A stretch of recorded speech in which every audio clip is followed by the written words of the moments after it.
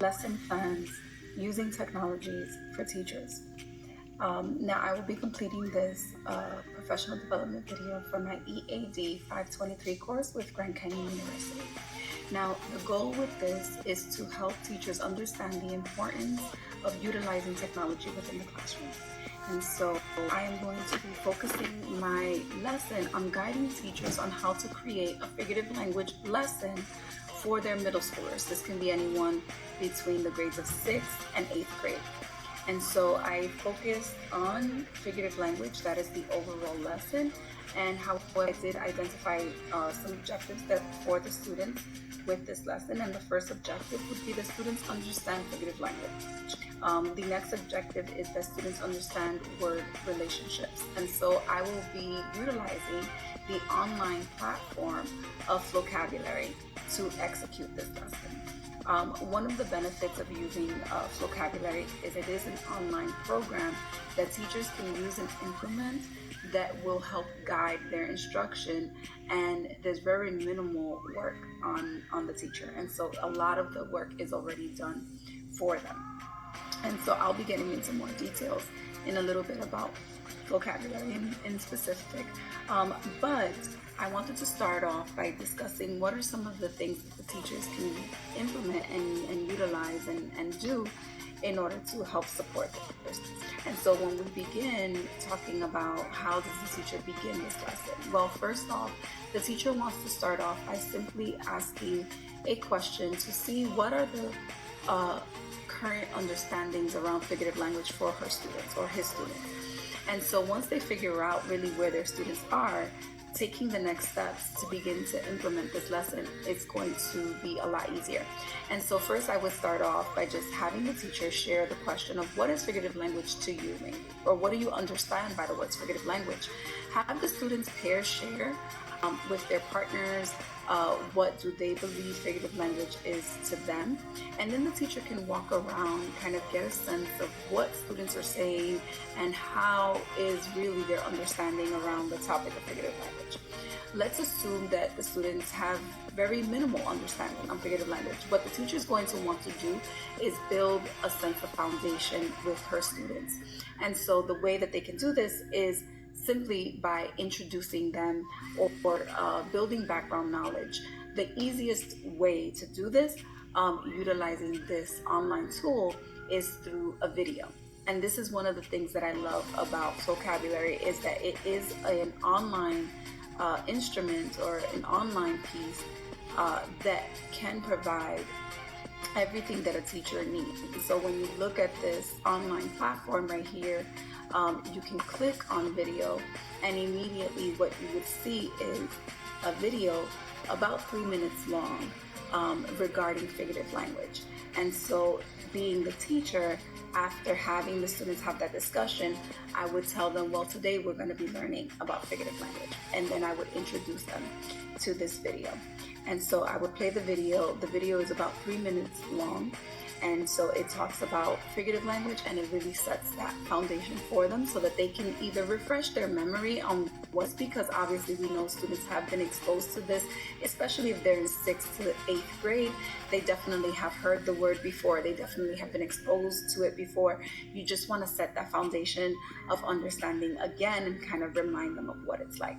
Once the video is done, I would present new questions to the class, and I would ask them, how has their understanding changed regarding figurative language? And so then I would walk around again as a teacher, right? And I would begin to check in and hear how those conversations are changing and how this video has allowed them to either remember or relearn what that really means, what figurative language means.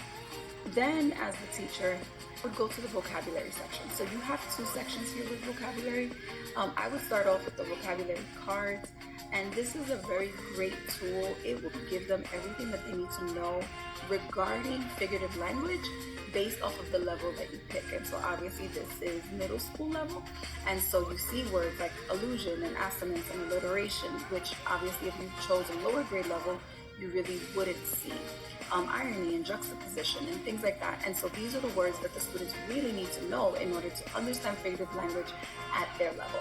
And so I would go over these vocabulary cards with them, building that visual so that they can see really what is figurative language and really put an image to the vocabulary. Once I've introduced this to them, I might, if I have time and I see that the class that additional support, I might do the vocabulary game because it is a fun tool. It's a way for students to practice what they know, and it is a very quick game that the teacher can implement just to kind of get a sense of how students are understanding the vocabulary and how are they performing. If I've run out of time, I probably would not do the vocab game, simply because there are other ways for you to utilize and implement vocabulary that you wouldn't necessarily need to play the game. And so immediately what I would want to do once I did introduce the vocabulary to them is give them this section, which is the read and response section. And so with the read and response question, really what you have here is short passages that would allow the students to determine if they really understood the definition of each word. And so, for example, with similes and metaphors, did they understand that concept? What does it look like? And it allows them, through multiple choice, to choose this. Now, this is a very fun, interactive tool. You can have the students come up to the board and do this. You can have students pair share this. You can have students work independently and show you through the use of whiteboards what their response is. There are so many interactive ways for you to figure out if your students are grasping this. You can have them do like a shout out of where they yell out the answer, and then you can go over it as a teacher to bring clarifying information, or just enjoy the fact that they're getting the information and that they're understanding. But the passages here are very short, and it is a great tool that the teacher can use to help them see if students are grasping that. After students work on this, the teacher can do a temperature check. This can be done easily with a thumbs up, thumbs down, thumbs aside. Let me know how you're feeling regarding the whole figurative language topic. This is a great way for the teacher to see who's grasping the information, who's not grasping the information, and to determine the small groups for the actual lesson and instruction time. And so if the teacher sees and determines that there are certain students that are grasping or don't feel so confident around figurative language, she might pair those students together so that when they are working in their small groups, she has the students that can be a little bit more independent separately, and those that need a little bit more support together, so that as she's facilitating this lesson, those students are all together. And so after the temperature check, the teacher can break her students up in small groups based off of their understanding, and then have them work on a short passage where students then have to identify on a short passage, a little bit longer than the practice, what are the different types of figurative language within the writing, what techniques are they using. And they can do this in a small group. I would say anywhere between 2 and 4 students to a group. And as the students work in groups, the teacher can take this time to visit those groups that in the temperature check probably weren't so confident. She can clarify for them. She can reteach them if she needs to. And then check in on the students that were working, that were so confident, just to make sure. And this gives the teacher the opportunity to be more of a facilitator rather than instructing and just kind of speaking to the students and lecturing them. This gives them an opportunity to really get their hands into the instruction, and the teacher should be monitoring and facilitating the group discussions. After some time, the teacher can call the group back together, and once she's understood that everyone has kind of completed their assignment or completed, bring them together and have the different groups share out on some of the things that they identify, some of the figurative language writing techniques that they were able to identify based off of the new knowledge that they just learned for the day. The teacher then can create some kind of final assessment and create this and make this ticket out the door. Now, the great thing with vocabulary is that it really gives you that quiz. And so the teacher can utilize this exact same quiz and give this to the students as their ticket out the door. It is a very quick 5 question quiz that the teacher can use to see if students really did grasp the lesson for the day, and then use this to help guide the instruction for the following day.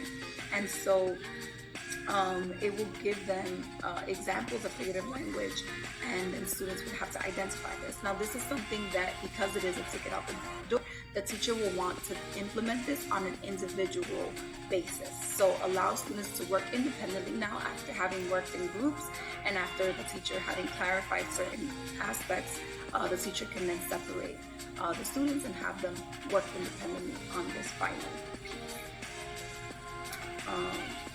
And she can determine which part is necessary to reteach the following day. So Flocabulary is a great technological tool for teachers, and they can use this in the classroom, and that will help engage the students and assist with expanding students' understanding. It helps create visuals and great techniques for helping students to memorize what they need to learn. I believe the songs within Flocabulary are an amazing tool to help build that repetition that students often need to help build that foundation with understanding. At Bridge Prep, our mission and vision is that every student gets an equitable education. And what that means is that we meet students where they are and help them learn no matter what their learning gaps really are. And implementing the use of this particular technology piece, I believe, reaches all of our learners. It reaches our visual learners and our hands-on learners, right? And so it meets all of their needs, and it helps to grow them exactly where they are. And so I thank you so much for taking the time to sit through this training and this professional development. And I do have a small piece that I will add to this, which is a survey, if you don't mind completing this survey, just letting me know how effective was this professional development for you, and how can we help improve this for the future. So I thank you so much for taking the time to watch this professional development, and I hope it is useful in the implementation of creating technology pieces in your classroom. Thank you so much.